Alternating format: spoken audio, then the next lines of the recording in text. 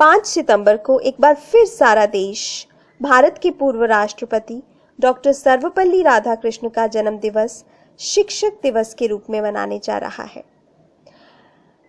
Doctor Radhakrishnan अपनी बुद्धिमत्तापूर्ण व्याख्याओं, आनंदमयी अभिव्यक्ति और हंसाने गुदगुदाने वाली कहानियों से अपने छात्रों को प्रेरित करने के साथ साथ उनका मार्गदर्शन भी किया करते थे।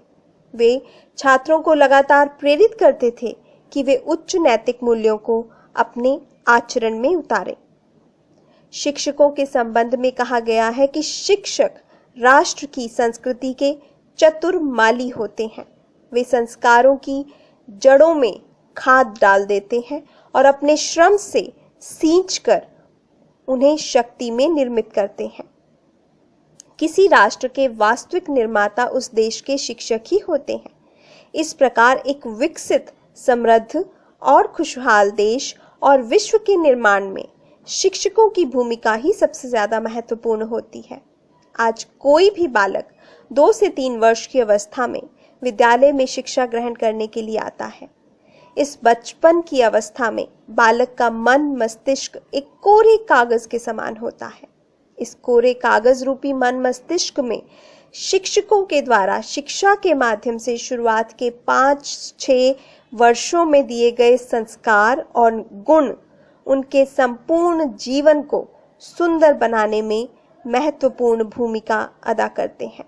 जिस तरह से एक अच्छा शिल्पकार किसी भी पत्थर को तराश के उसे सुंदर आकृति का रूप दे देता है, जिस तरह से एक कुम्हार मिट्टी से एक सुंदर बर्तन बना लेता है, उसी तरह से शिक्षक भी प्रत्येक बालक को समाज की आवश्यकताओं के अनुरूप एक सुंदर आकृति का रूप प्रदान कर उसे समाज का प्रकाश बना सकता है। भौतिक, सामाजिक और आध्यात्मिक गुणों से ओतप्रोत शिक्षकों के द्वारा ही समाज में व्याप्त बुराइयों को समाप्त करके एक सुंदर, सभ्य और सुसंस्कृत समाज का निर्माण किया जा सकता है।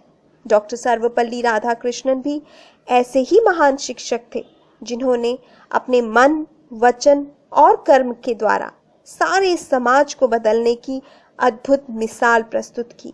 वास्तव में ऐसे ही श्रेष्ठ शिक्षकों के मार्गदर्शन द्वारा इस धरती पर ईश्वरीय सभ्यता की स्थापना हो सकती है।